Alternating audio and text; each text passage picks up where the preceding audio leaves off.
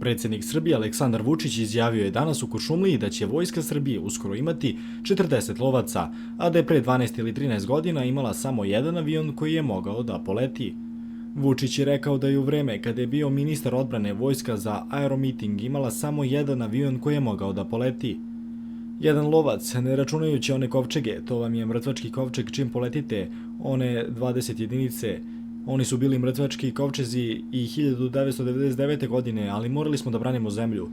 Ali to je bilo jedno veliko ništa, a uskoro ćemo imati 40 lovaca, da ne pričamo o raketnim sistemima, o višecevnim bacačima raketa i o svemu drugom što ćete uskoro moći da vidite, rekao je Vučić novinarima u Kuršumliji tokom obilaska pogona fabrike Jumko. Vučić je rekao da radnici u fabrici i borbeni složeni sistemi u Kuršumliji vredno radi i da su imali bolje rezultate nego fabrika u Velikoj Plani. Sad ćemo sve sisteme koje smo radili u Velikoj Plani da bismo ih obezbedili da mogu da rade neke druge sisteme.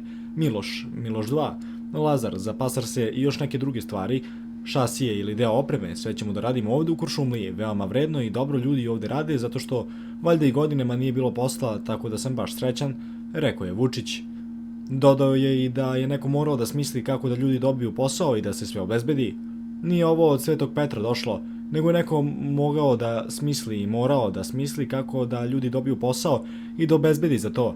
Neko mora to da radi, neko mora da finansira vojsku, da finansira plate, da finansira sve drugo i da to bude na zdravim nogama zasnovano, kazuje Vučić. Za još vesti, lajkujte ovaj video i zapratite nas.